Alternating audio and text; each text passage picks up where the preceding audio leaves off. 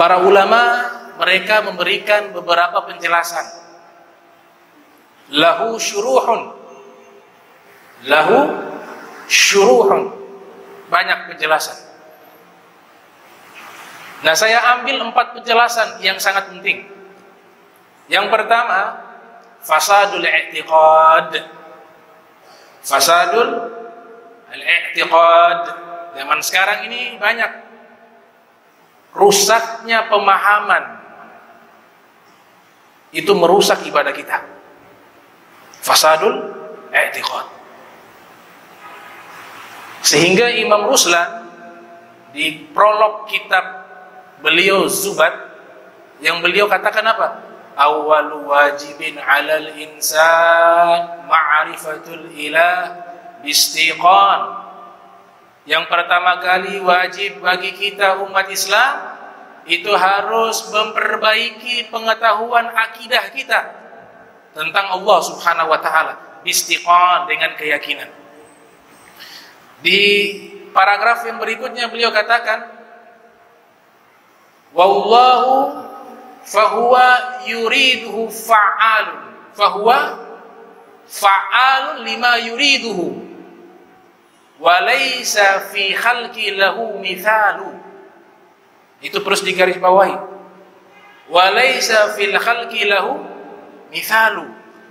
Allah Ta'ala tidak bisa diserupakan dengan apapun. Tidak bisa diserupakan dengan apapun. Nah, indal mutakallimin, menurut ahli kalam, orangnya sudah Islam, tapi ibadah puasanya rusak, tidak diterima oleh Allah. Kenapa? Karena akidahnya rusak. Fasadul i'tiqad.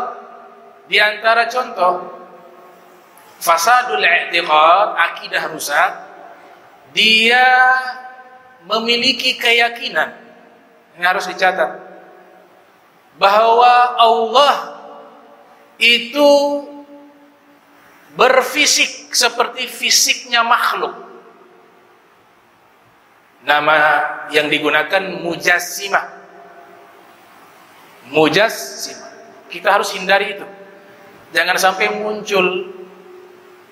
muncul imajinasi yang membawa dan menjerumuskan kita kepada hal tersebut. Makanya ditutup oleh para ulama terdahulu.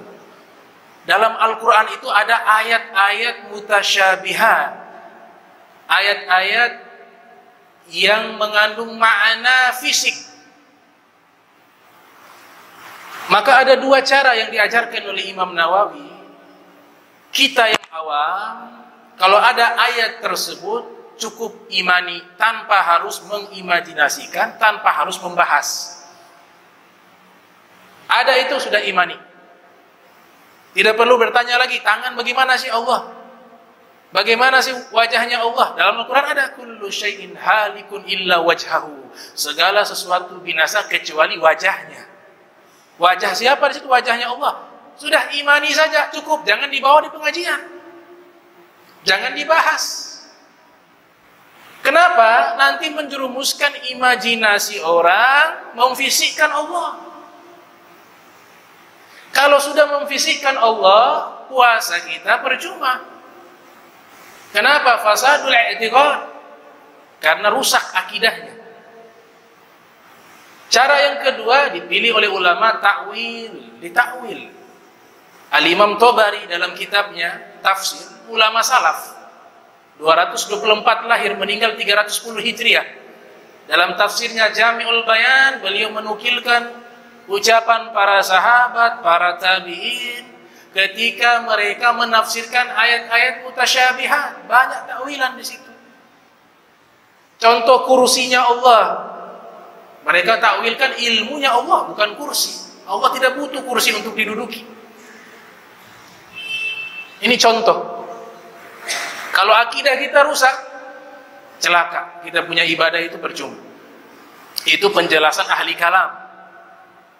Orang-orang yang berkecimpung di ilmu teologi, ilmu tauhid, ilmu akidah, ilmu kalam. Makanya yang pertama kita harus sucikan Allah. Kita kan sering habis sholat disunnahkan baca apa? Subhanallah 33 kali. Coba pahami makna subhanallah itu apa?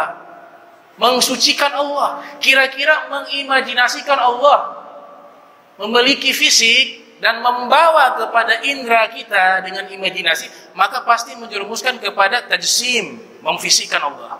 Padahal makna subhanallah apa? Allah maha suci. Dan yang mensucikan diri Allah, Allah yang pertama kali yang mensucikan. Laisa kamitslihi syai'un wa huwas samiul basir. Allah katakan apa? Tidak ada sesuatu apapun. Syai'un tankir. Dalam ilmu terminologi bahasa Arab, tankir maknanya syamil.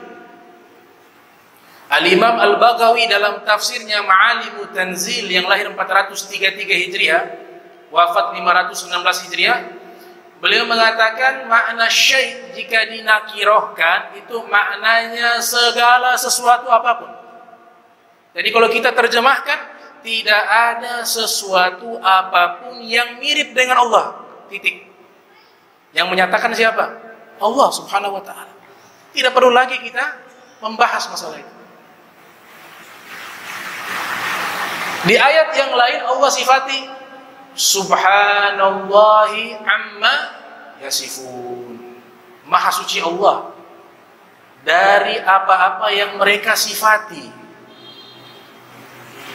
Itu penyembah dewa-dewa, itu kan memfisikkan Tuhan. Awalnya imajinasi, lama-lama dibuat Tuhan seperti patung. Itu namanya dalam bahasa usul fikih saddu dzari'ah. Menutup celah jangan sampai terjerumus ke situ. Allah katakan maha suci Allah dari apa yang mereka sifati, yaitu mereka mensifati Allah dengan sifat-sifat yang tidak layak. Sedangkan Allah subhanallah maha suci Allah dari sifat-sifat buruk itu. Jadi Allah sendiri mensucikan dirinya dalam Al-Quran. Yang kedua, Nabi kita Muhammad SAW mensucikan Allah. Dalam hadis yang diriwayatkan oleh Imam Suyuti yang lahir 849 Hijriah, wafat 911 Hijriah, dalam tafsirnya Durrul Mansur, itu menukilkan hadis dari Nabi Muhammad SAW. Nabi bersabda, la fikrata fir Rabb. Jangan berfikir tentang Rabb. Jangan imajinasi tentang Allah. Jangan merenung bagaimana fisiknya Allah. Jangan menghayal tentang Allah. Itu sabda dari Nabi. La fikrata fir Rabb. Di dalam kitab Al-Asma was Sifat, Al-Asma was-Sifat karya Imam Baihaqi, lahir 384 Hijriah, wafat 456 Hijriah. Beliau menukilkan satu hadis Nabi bersabda sallallahu alaihi wasallam, tafakkaru fi kulli syai'in. Silakan tafakur terhadap segala sesuatu. Wala tafakkaru fi dzatillah. Tapi jangan tafakur tentang zatnya Allah. Jangan imajinasikan Allah. Riwayat yang lain, tafakkaru fi khalqillah. Silakan tafakur tentang penciptaan Allah, makhluk Allah. Wala tafakkaru fi dzatillah. Tapi jangan tafakur tentang Allah. Sengaja saya sampaikan ini karena penting. Ibadah kita ini bisa tertolak sebab masalah begini. Masalah akidah, masalah tauhid. Dan orang kadang-kadang membahas terlalu jauh, padahal ini juga masuk merusak kita punya ibadah.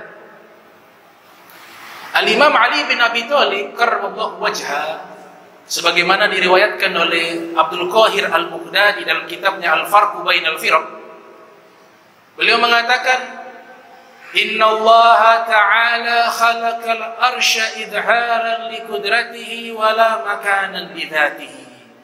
Sesungguhnya Allah Subhanahu wa Ta'ala menciptakan arsy itu bukan sebagai tempat tinggalnya, tapi ingin menunjukkan kekuasaannya. Jadi Allah sucikan dirinya, Nabi Muhammad sucikan Allah sekarang sahabat Ahlul Bait Nabi. Imam Ali mensucikan Allah dari tempat. Dalam Al-Quran disebut arsh, itu bukan berarti Allah duduk di situ, tinggal di situ. Allah Ta'ala ciptakan arsh itu sebagai bentuk menunjukkan kekuasaannya, bukan sebagai tempat menetapnya. Kalau sudah ada tempat berarti makhluk. Kalau sudah ada tempat terikat waktu. Kalau sudah ada tempat berarti dia butuh kepada tempat. Sedangkan Allahus Somad, Allah tidak butuh apa-apa, termasuk tempat, termasuk waktu. Allah tidak butuh itu. Kenapa? Karena Allah yang ciptakan tempat dan waktu. Bahkan Al-Imam Ali Zainul Abidin juga menyatakan dalam doanya, disebutkan dalam kitab Al-Farqu Bainal Firaq, anta Allah la yahwika makanun. Engkau adalah Allah, tidak diliputi oleh satu tempat. Al-Imam Zamakhsyari, seorang ahli tafsir, pengarang tafsir Al-Kasyaf, dinukilkan oleh Imam Qalyubi dalam kitabnya Nawadir, itu pernah bertanya kepada Imam Ghazali tentang tafsiran ayat Ar-Rahman 'alal 'arsy istawa. Imam Ghazali menjawab, "Idza istahala an ta'rifa nafsaka bi kaifiyatin aw ainiyatin fa kaifa yaliku bi'ubudiyatika an tasifahu ta'ala bi aina aw kaifa wa huwa muqaddasun an dzalik." Wahai Imam Ghazali, makna Ar-Rahman 'alal 'arsy istawa, di atas ars istawa, maknanya apa itu? Apakah itu makna secara lugawi betul-betul Allah duduk di atas singgasana? Apa kata Imam Ghazali? Mustahil. Mustahil bisa menyatakan Allah duduk di satu tempat, Allah duduk di atas singgasana, itu mustahil kata Imam Ghazali. Kenapa demikian? Karena mustahil dirimu bisa tahu di mana letaknya jiwa. Apakah kita tahu letaknya jiwa? Kata ruh kita ada di mana? Yang kita yakini ruh itu ada di dalam diri kita, tapi kita tidak tahu ruhnya tempatnya di mana. Paham kan?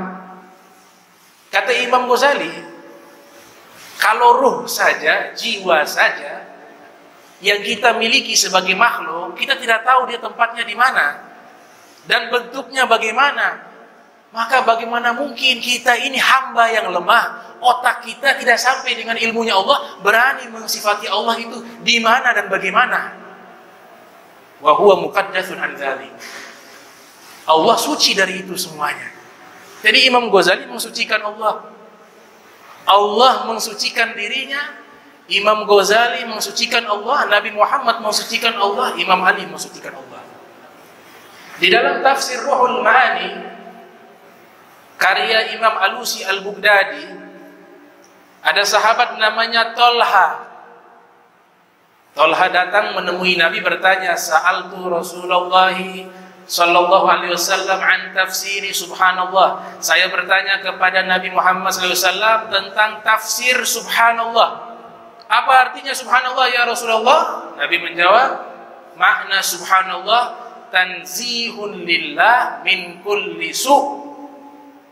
Mensucikan Allah dari segala keburukan. Kira-kira memfisikan Allah itu mensucikan atau memburukan Allah? Makanya ada kitab-kitab terdahulu, ya kita belajar. Kitab-kitab terdahulu ya, itu menyatakan bahwa Allah itu seperti pemuda, tidak berkumis, tidak berjenggot, duduk di atas kursi dan bisa berjalan di waktu malam di dunia. Karena ada hadis Allah turun. Nah, ini ciri-ciri buku yang merusak akidah walaupun disusun oleh orang Islam. Kalau kita yakini kita punya puasa tidak diterima oleh Allah, yang berbicara ahli kalam. Makanya Imam Ali bin Abi Thalib Ada ulama ahli teologi namanya Al-Imam Isfirayini. Al-Imam Al-Isfirayini punya kitab namanya At-Tabsir Fiddin. At-Tabsir Fiddin. Ada orang menemui Imam Ali bin Abi Thalib bertanya, "Wahai Imam Ali, aina Allah?" Wahai Imam Ali, Allah itu di mana? Beliau menjawab, "Innal ladzi ayyana aina fala yuqalu lahu aina." Dia Allah yang menciptakan di mana, maka tidak pantas mengatakan Allah di mana. Orang kedua datang bertanya, "Wahai Imam Ali, kaifa Allah? Bagaimana wujudnya Allah?" Innal ladzi kayyafa kaifa fala yuqalu lahu kaifa. Sesungguhnya Allah yang menciptakan bagaimana, maka tidak layak mengatakan Allah bagaimana. Itu pernyataan Imam Ali bin Abi Thalib dalam kitab At-Tabsir Fiddin. Bahkan Al-Imam Zahabi yang lahir tahun 673 Hijriah, wafat 748 Hijriah, dalam kitabnya Syiaru A'lamin Nubala menukilkan ucapan Al-Imam Ali Ridha, Al-Imam Abu Hanifah, Al-Imam Malik, Al-Imam Syafi'i, Al-Imam Ahmad bin Hanbal. Ini semua imam ini mengatakan apa? Man qala al-Qur'anu makhlukun fahuwa kafir. Siapa yang mengatakan Al-Quran itu makhluk, dia sudah kafir. Kenapa mereka berfatwa demikian?